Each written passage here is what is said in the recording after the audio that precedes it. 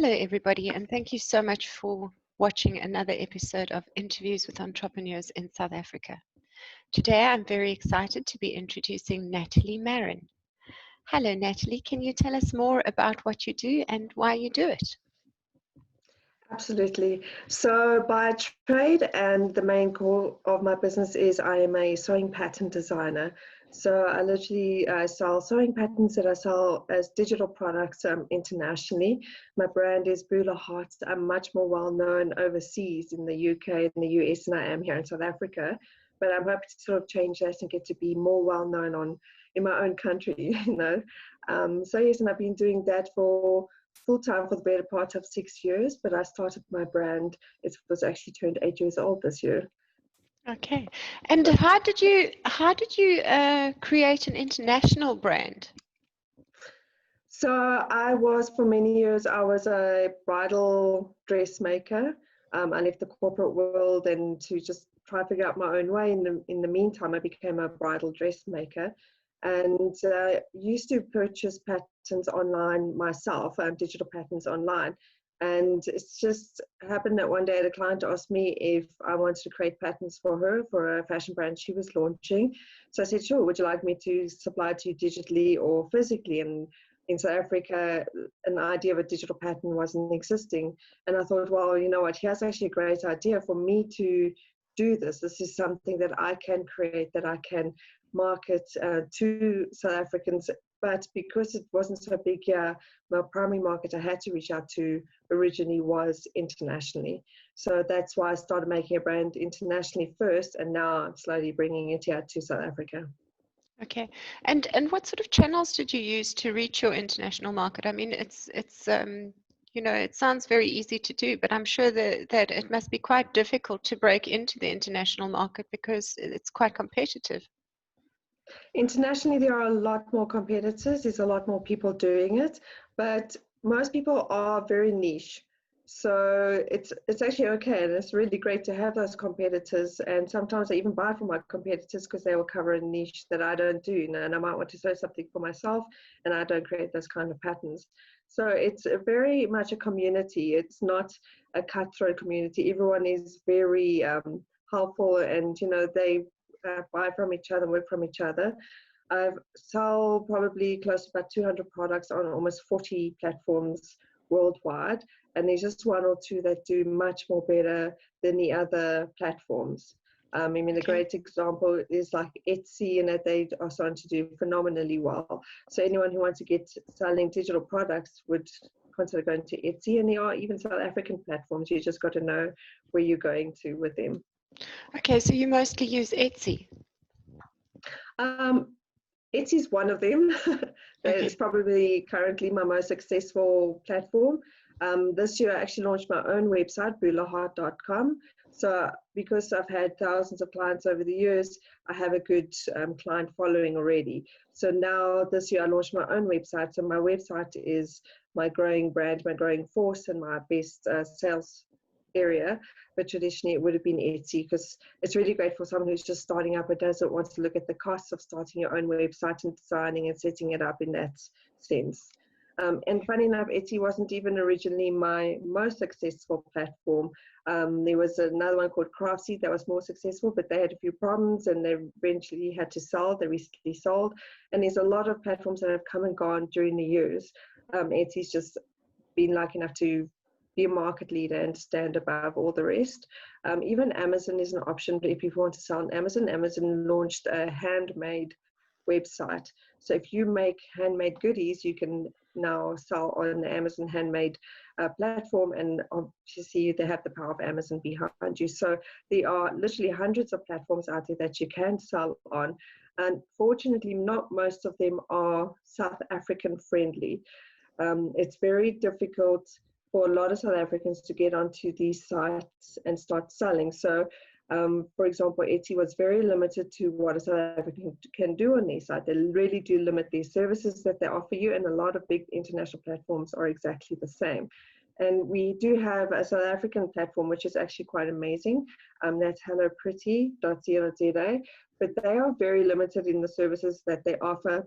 It's a husband and wife team that do run it, and I'm a big fan of theirs, and I do use their platform, but they don't have all the qualities that a big platform like Etsy can offer you. So you sort of end up doing a little bit here and a little bit there, because not everyone can allow you to do everything. So it's very interesting. The market is growing and it's adjusting accordingly, and I have no doubt eventually everyone will catch up with everyone else and offer all the services that they can. So in answer to the challenges that as a South African I've been facing on these international platforms, I actually started to launch my own digital platform that people can sell on specifically for South Africans. So it's for South African makers and crafters to sell to the South African market and internationally as well. And my whole goal is to try and overcome the obstacles that we have to face with all the other sites that are currently available. And it's not so much being in competition with them, but working alongside with them. I mean, as I said, I sell on 40 platforms. I don't necessarily decide I'm only going to sell on one platform and stick with that platform. I sell on 40 platforms, and then one or two of them just happen to be more successful than the others, and I give those ones a little more attention.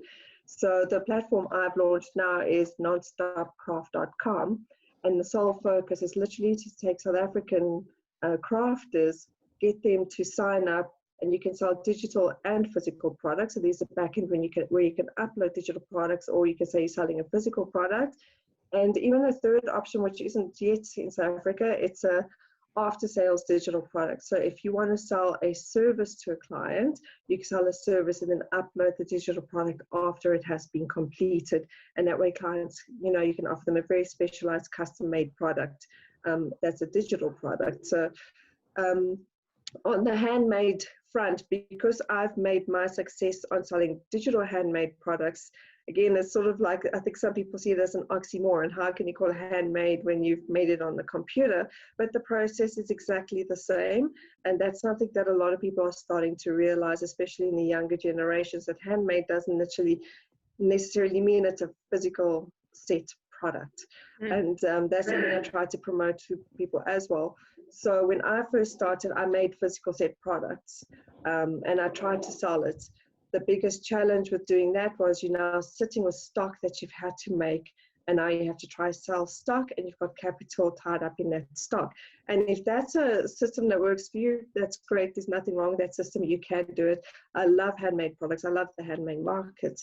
But if you want to try to generate something that's going to be long-term and can actually earn you passive income, consider creating digital products. So what you would do is you would create a product once off that you could sell online. It's a digital product, so you can literally sell it an infinite amount of times. There's no limit to the amount of times you can sell a digital product, and that ultimately can cause a passive income for you. So my site, Nonstopcraft.com, is focusing on bringing both ends. You can either sell physical products, digital products, or even a mix of both. And that way you're not just growing a range and brand for yourself, but you're also doing it for a passive income for yourself for the future. And that is something that we all need to consider, especially in times like this.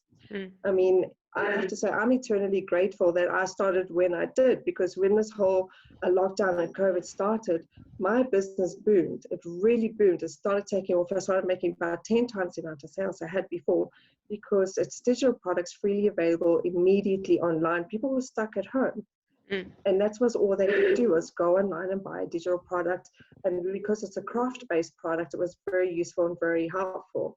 So if you can build up a base like that, you're sort of securing yourself as well. And you know that you don't have to sit and try and make ends meet, because a lot of the guys I share tips with stuff on Etsy, they had to close their stores because all they did was sell small handmade custom items, but then they couldn't ship it and they couldn't sell it. No one was buying, and a lot of people closed their stores.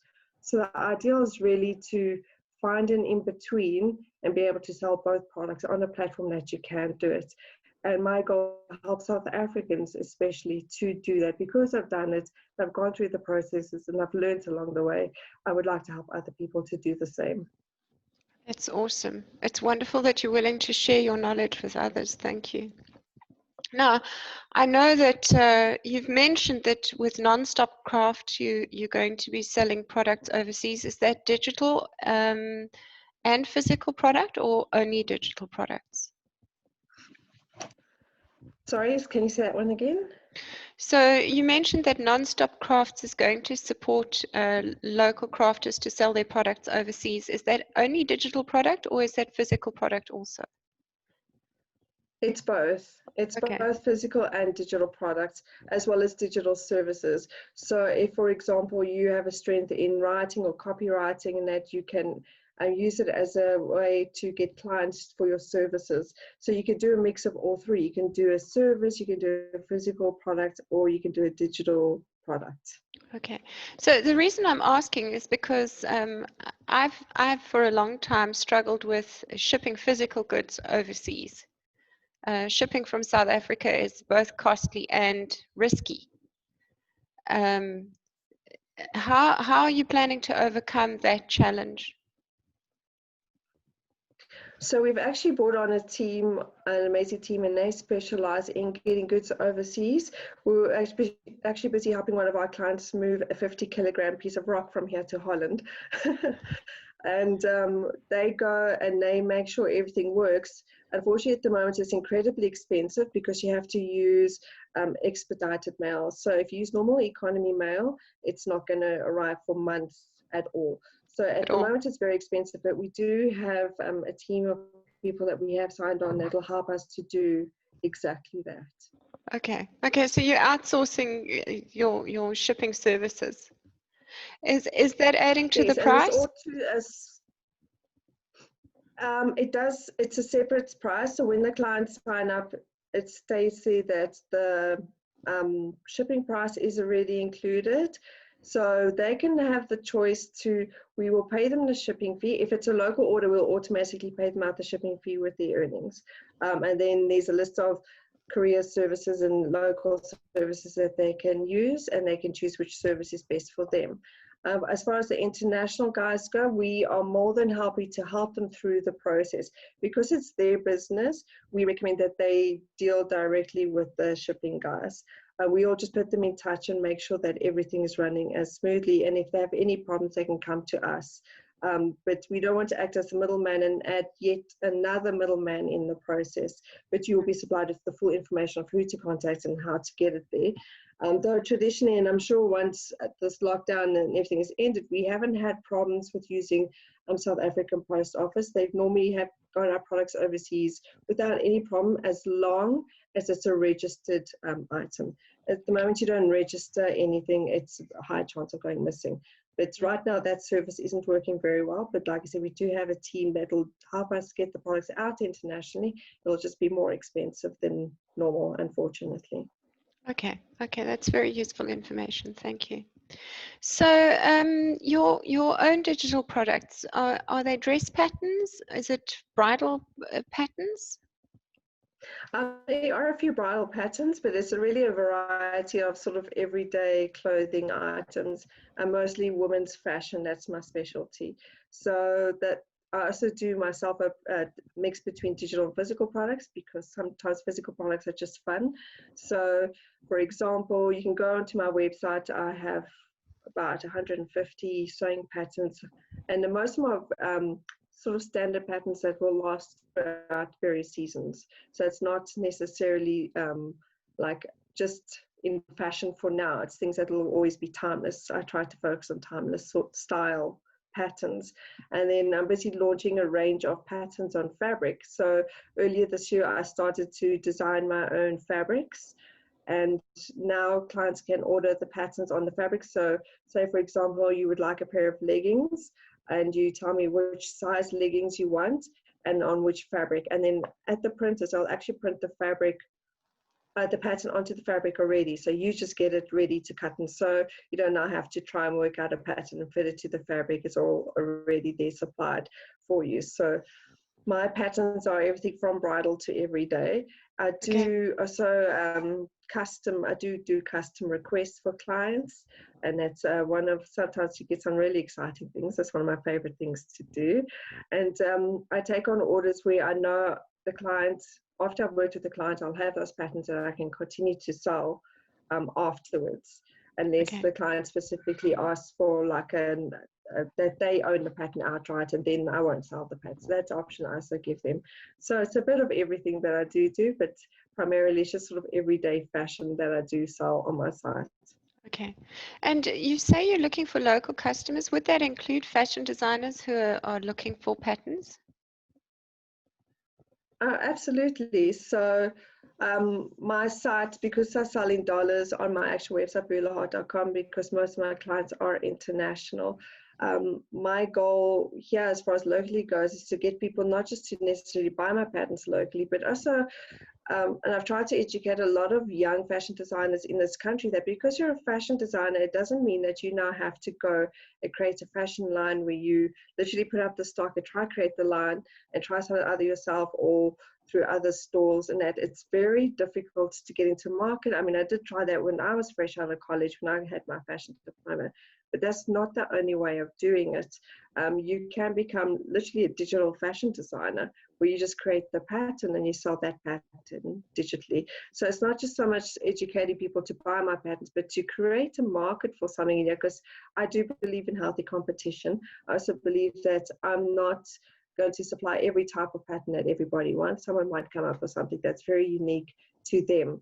So it's about creating a sustainable market, if you will, that people can get used to. And you know, the everyday South African will know they don't have to go and sit in a shop and page through these big files of patterns to find the one that they want, take it home and cut it out, and then that pattern is used. You can go online, you could search for your favorite designer, your favorite type of pattern, of which there's an endless few types, download it to your computer, then you can print and cut it, and you still have the pattern. So if at the end of the day, you don't want some patterns to clutter up your space, it's fine, you still have the pattern digitally, and that's a big bonus, and then you can recycle the pattern that you have printed and used, and so on. So it's a sustainable way of building a business and using the product at the end of the day as well. That's wonderful. Now, I saw in your bio that you've also written a number of books. Tell us more about your books. Okay, so I've written 7 books in total. Some of the books are part of my experiment to create digital products to sell online. So 3 of them are, for example, are children's books.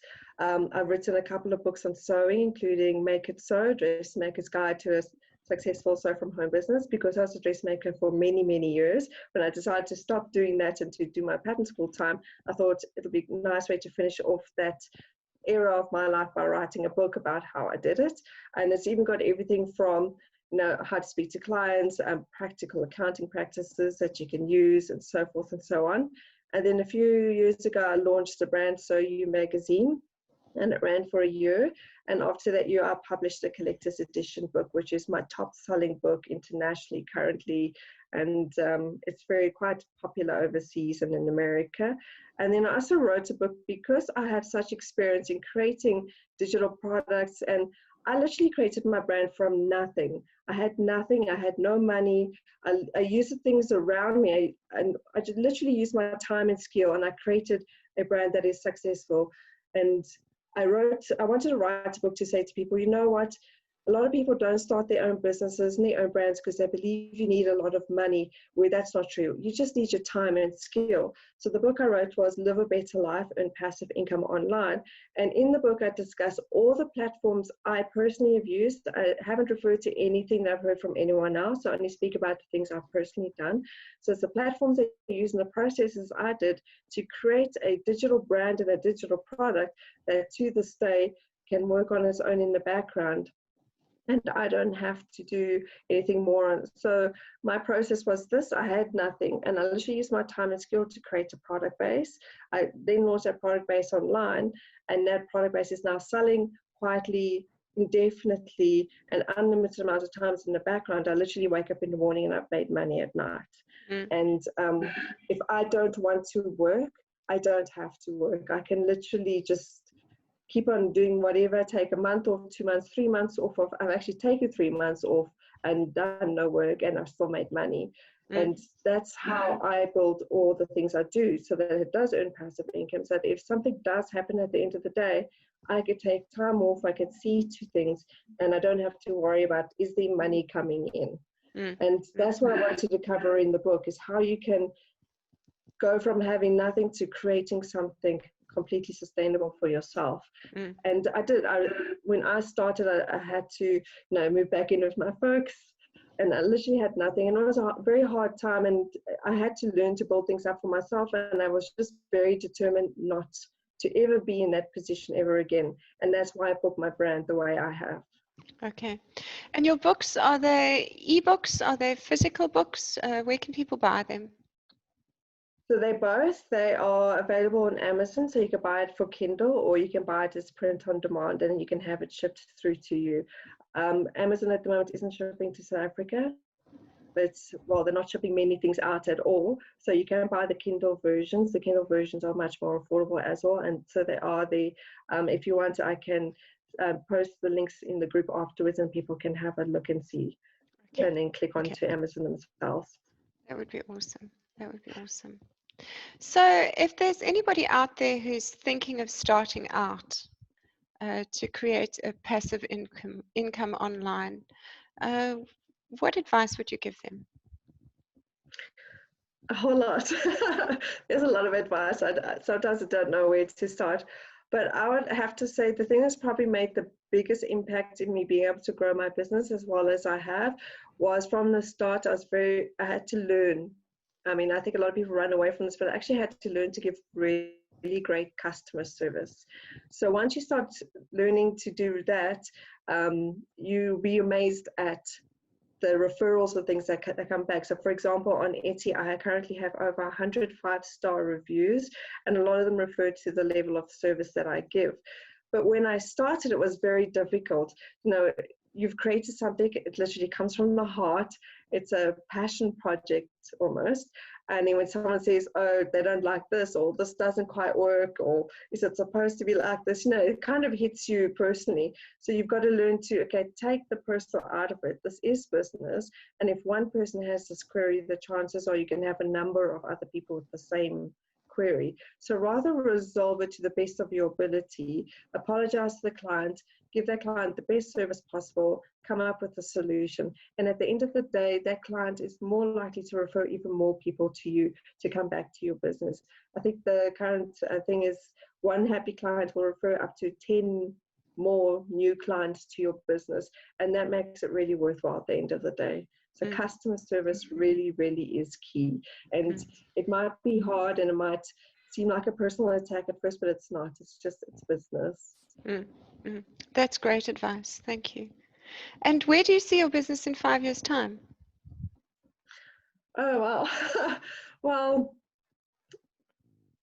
she's all over the place. So obviously my focus is not so much on growing my brand and making my brand phenomenal. My focus right now is to help other people to understand that they can do the same. So for myself, I would like, and my brand, I'd like to be an example to get people basically off their butts to do the same thing. So I want to be able to, say 5 years from now, be helping a phenomenal amount of people to do the same for themselves. That's what I would ideally like to do. And I'm even looking at launching a podcast I've been working on, where people can ask me questions. Literally, you can come and you can ask me questions. I'm starting this handmade business. How do I do this? This is a platform I'm on. Come and ask me questions. And then every week I will try my best to just answer those questions and to help people to get started and launch where they want to be. So as for the Bula Heart range, I know it's going to keep on going and it's going to be phenomenal in the background, but my personal brand and where I'd like to go with business from now on is to actually help other people to get to where I am. Oh, wow, that's so beautiful. That's a great service to humanity. Thank you. So, Nathalie, I see we're getting near the end of our time. So quickly. If people are looking to get in touch with you, where can they find you on the platforms? So I'm on Facebook, but the best thing to probably would be to go onto other Nonstopcraft and send me a message. You can send me a message through the site, because even though sometimes I appear like I'm on Facebook, it's actually a program I have working in the background. So I don't have to spend more time on social media than I need to. So they can send me direct messages off the Nonstopcraft site. Otherwise, I'm happy to, they can email me or info@nonstopcraft.com. Any questions?